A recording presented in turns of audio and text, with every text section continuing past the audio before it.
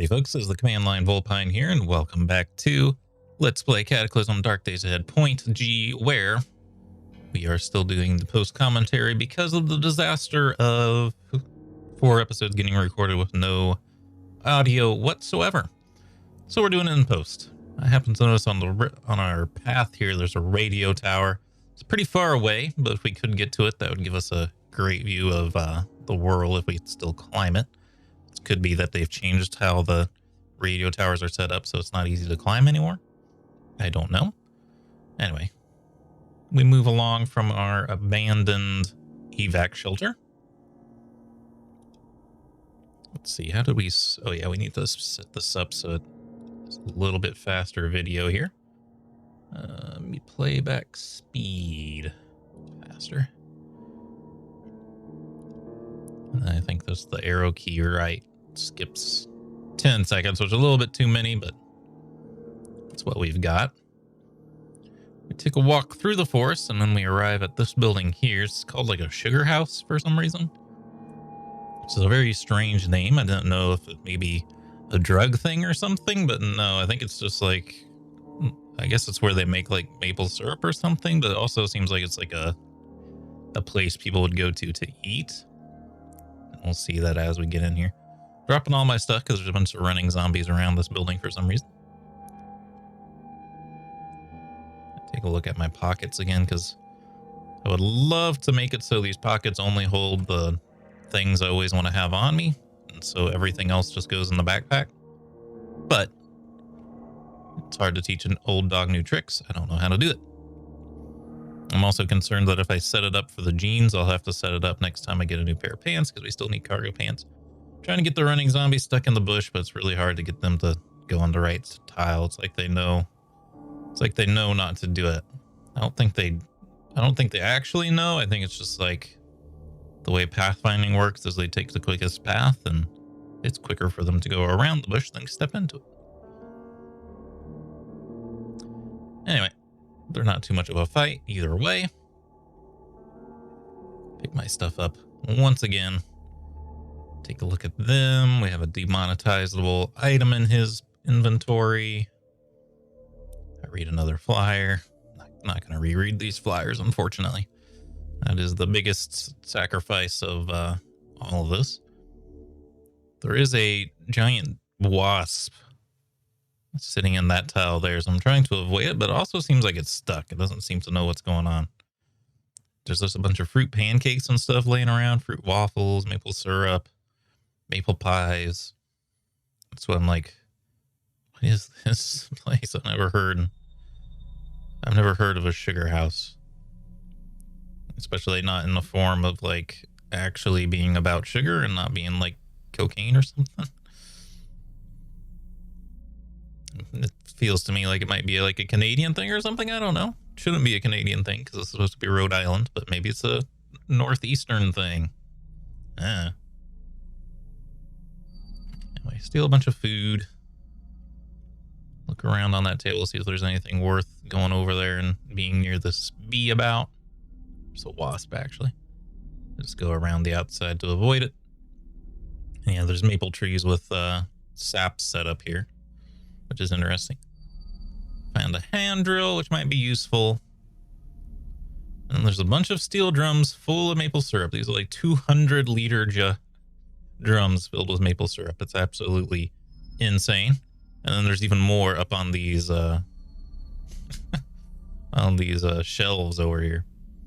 Wood saw is a good item too, so I grabbed that. Actually, I think the wood saw is worse than the bow saw, so we dropped the wood saw and grabbed the bow saw.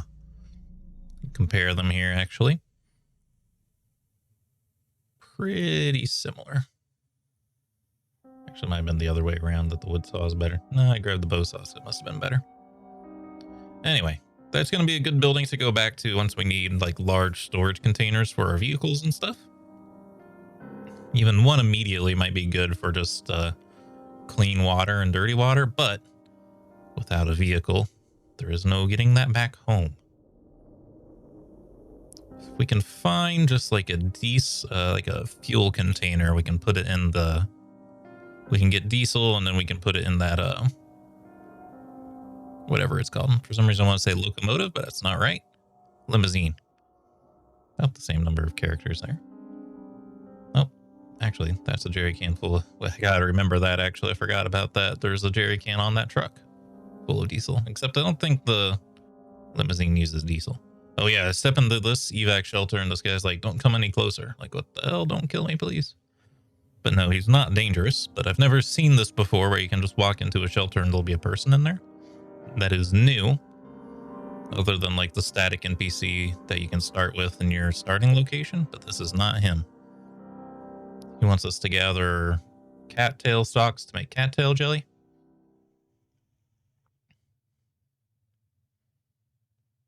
I say yes, but there's also like not really much we can do. I can take a look at him here to see what he has. He has a wooden crossbow. Not worth killing him over, but it's good to know that that's what he's got. I also don't know if he would kill us if we grabbed something. So I don't grab anything because I don't really need it that badly, but I still take a look around anyway. Just to be sure there isn't something worth fighting to the death about.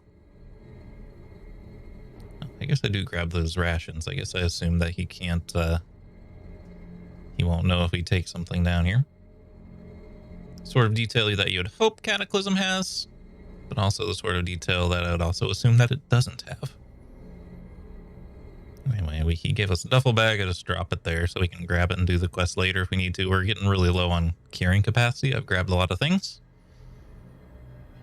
So I don't really want to go and get cattail stalks. That looks like a minefield to me, so I just pointed out for future reference. I think minefields might actually be mostly gone. I don't know. I have PTSD from like the 0.8 days where they're everywhere.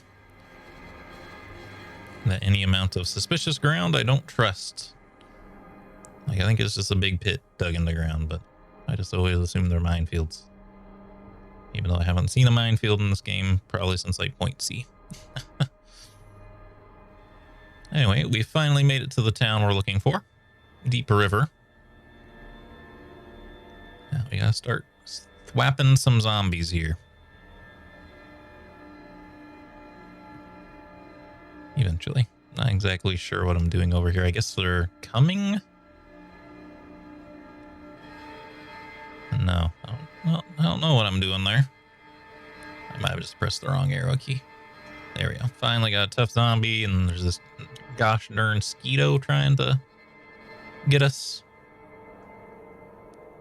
I can't bandage my bleed until this mosquito goes away, unfortunately. And I think by the time it goes away, the bleed stopped. Even though the bleed icon is still up there. Like, that's what I've been saying in the last couple episodes. Bleed icons, grab icons, they all seem to linger even after you've broken them. Which isn't how it used to be.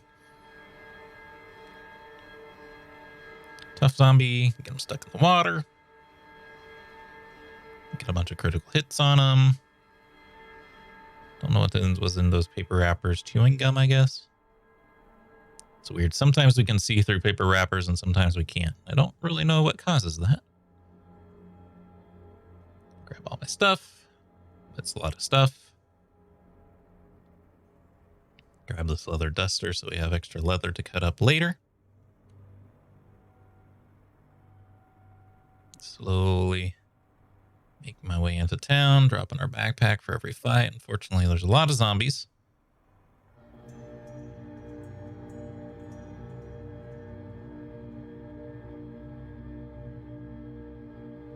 Let's actually be doing these in retrospect is a good time where I would actually love to be able to see my mini-map. But Command Line Vulpine's in the way, even if I weren't in the way. Are we using the cudgel now? No, I have the quarterstaff. Okay. Eventually here we switched to the cudgel and it was a bad decision. Oh, found another hiking backpack full of weapons and ammo and goodies, and there's a ballistic vest here. All sorts of things. Soft stab panels, whatever those are. Never heard of them in my life. I'm guessing you put them into the vest and they give you protection like the plates would in the past. Maybe it was just like a weaker version of a plate, you know? Anyway, now we're trying to funnel zombies up here as we make our way to the grocery store.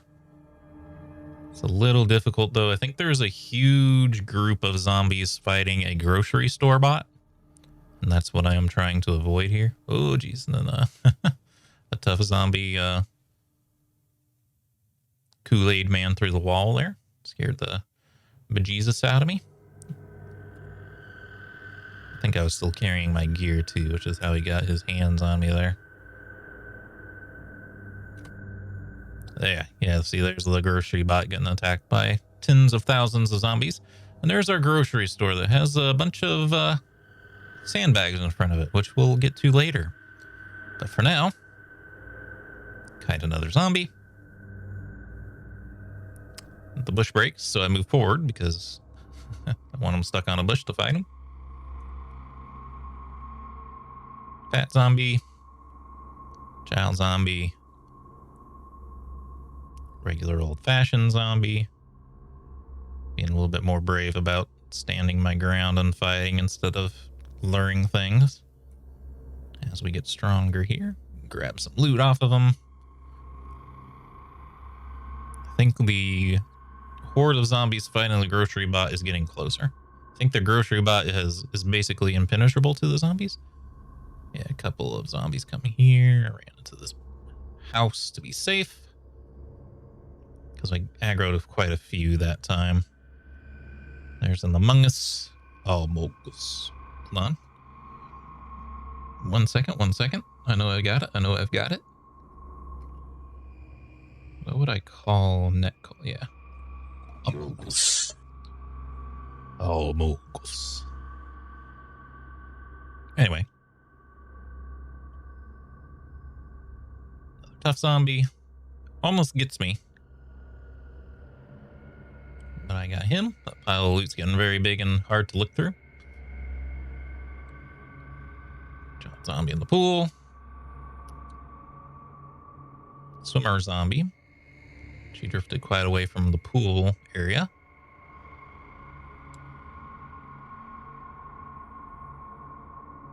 I want to fight these two one at a time, but they were really timed at the same time, so it didn't really work out so well.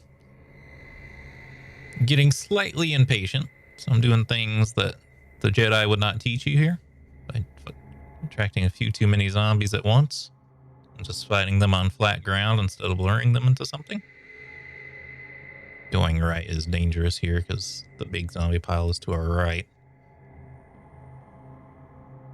But yeah, we've been at this for a very long time, so I'm wanting to just get to this dang grocery store. It's all I want is just to get to a grocery store, man. You might be like, go to stores at night? No. Looting at night used to be the way to play the game, but it doesn't work anymore. Unless they fixed it, but I don't think they fixed it. It used to be the way to do it. So this back door to the grocery store is boarded up. I'm bashing on it. It's not doing anything. Which is surprising. Normally you can just bash them in, but it's not working. I might need a heavier weapon, like a fire axe or something. Killed 100 zombies. Congratulations. Got a zombie canine. Runner zombie. Kind of get pinned up against this wall. I think the grocery bot and the zombie swarm has migrated left quite a bit at this point, so I have to keep this building between me and them. Here comes more zombies. They're running through a vehicle too, which makes a bunch of noise as they bash their way through. More runners. Yeah, the vehicle just exploded because a tough zombie walked through it. Take care of the runners. I think when I'm getting chased by this one is where I realize that the zombie... No, maybe not. Maybe the tough zombie. Got grabbed there, which isn't good. Ladies and gentlemen, we got him.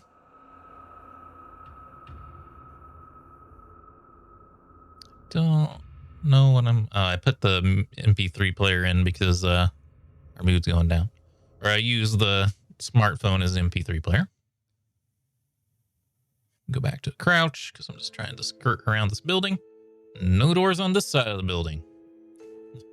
It's only the reinforced door on the back And oh, there's the big horde of zombies. That's when I realized the big horde of zombies is now to the left of the building entirely. Then I come up here, nearly to my grocery store. A few more zombies I'm trying to lure around this. Oh, this is a feral human, actually. This one's just wielding a pipe. They're actually different from the axe ones. But he throws rocks at us. It's not doing anything because we have the nice chest guard. Take their earrings. Did I pulp him, or did they just not be infected when they died? Yeah, we can see the zombie horde there, which isn't great because that means they can probably see us. Oh yeah, quick save here because I don't know like if they're gonna see me if I try to run out. I wanted to run out and go to these doors. So I actually go all the way to prone. Then I notice these sandbag barricades say that they're impassable. I'm trying to walk into them right now, I think. I'm like, what?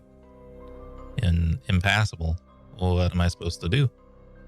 They cover the entire front door and the back door doesn't break down, man. I went all the way to this grocery store, all the way across the map, and I can't get in the damn thing. So that's 2 grocery stores down. Come back around to this back side. I want to keep smashing the door, but I can't because the zombie horde's right there and make a lot of noise. I do decide to light the door on fire. I don't know if I do it immediately or if I do it in the next episode or something. Yeah, I guess I do it in the next episode.